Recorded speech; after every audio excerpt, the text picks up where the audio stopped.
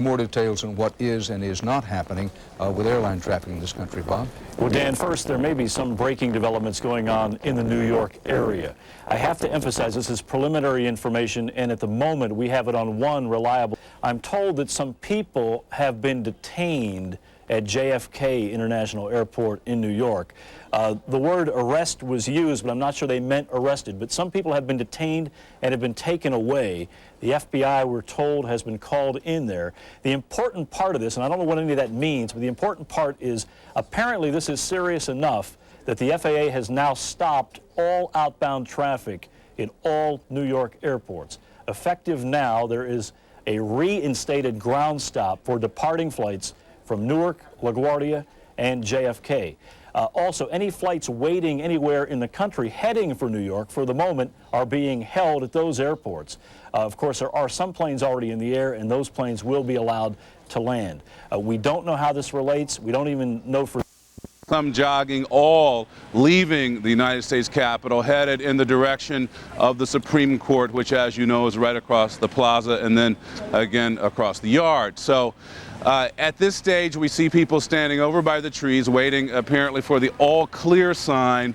And at this stage, I can tell you it's nothing more serious than a bomb scare on a very, very bad week. All right, Joe Johns following that story, and we're going to stay on that. We have another story unfolding in Lower Manhattan, where the New York Armory, which has been the scene of so many efforts to reunite families with the missing, reportedly this afternoon has been the scene of a visit by former President Bill Clinton, who we mentioned was in Australia 2 days ago before the Secret Service got him out of there. Rahima? Indeed, Brian. Former President Clinton was right here at 26th and Lexington over on the east side not so long ago. And in fact, we're told that in a short while, 2 blocks from here, north, he's going to hold a small press conference, possibly because doing it here would create a lot of chaos. There is already a lot of confusion here at this corner. As you point out, there have been thousands of families that have come to this armory. It is a grief center. This is where people are giving their information over to the police and to people from the medical examiner's office. They are forensic specialists. They want detailed information so that they might be able to identify survivors and or victims of this explosion and this crash, I should say. One of those who's been searching for his loved one since Tuesday is Patrick, and I understand it's your brother-in-law that you're looking for, Patrick. That's correct. He was on the 105th floor. He worked for Cantor and Fitzgerald, and we did get a phone call from him at around 10 after 9. And what did he say to you at the phone call? The message was that there's a fire. I'm getting out now, and I love you. And you were telling me that he's a paramedic, so what is your thoughts about what he might have done? Well, the family feels that even if Frank was able to get out, he probably stopped to help somebody if anybody would needed his assistance. So we're very worried about him. We would also like to think that maybe he's helping people at this time right now. We haven't heard from him yet. But you're going to keep hoping and keep looking. That's true, definitely. That's the same story, Brian, that we're hearing from Marina. Yes. You're looking for your son. For my son, Kenneth Lira. And what floor was he working on? He was on 107th floor, and he works for Genuity. The last time we heard from him, when he was on 83rd floor. We know that one of his co-workers calls his sister, and from there he said that it was too much smoke.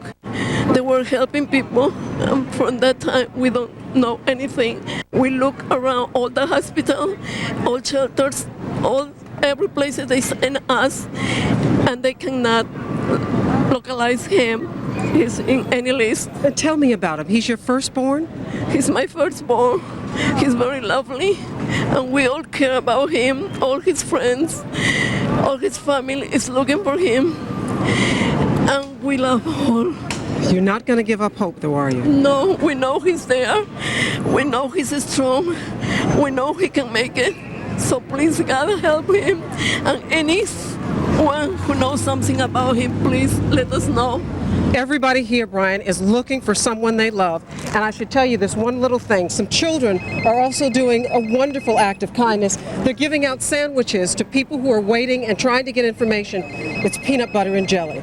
Brian? Rahima Ellis with those sad stories in Lower Manhattan. Thank you for that report. And our viewers might have seen us cut away there briefly to a shot of the Capitol steps in Washington. Perhaps you saw New York Congressman Charlie Rangel coming down. Well, these are members of the House coming down the House of Representatives steps from the chamber. John Dingell of Michigan is visible there, and other members of the House, because Joe Johns reported that not only was there some kind of a rumor of a bomb scare, but then someone, I think, went and pulled an alarm. And all of it combined, I wish we could push back in there, all of it combined to lead to a general evacuation of the U.S. Capitol. That would include, and I believe both houses were in session when this happened, that would include both houses of Congress. And here are the last remaining members of the House of Representatives, those who can get around on their own.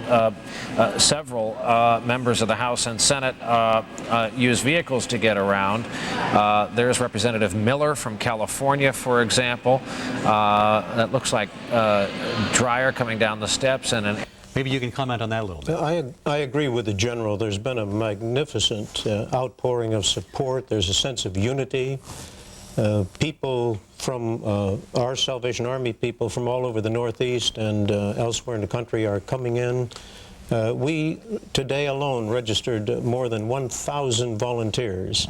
They actually had down by the hill, there was a person that they thought they found in a hole, and they called just for any medical team while we were walking up, and we had really limited supplies.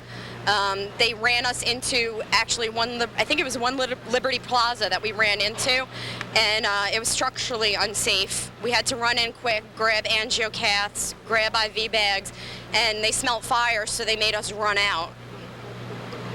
And you are Justin? Justin Salomon, yeah, with St. Luke's Roosevelt. Yeah. St. Luke's Roosevelt. Tell me a little bit about how you're helping out down there. I know you guys look absolutely exhausted. Well, there's a lot of potential for injury to the firemen that you have to navigate through the shrapnel, and there are sharp edges. There's rebar sticking up, and you get an occasional trauma injury to just the firemen. So even though they're not fishing out a ton. America Under Attack.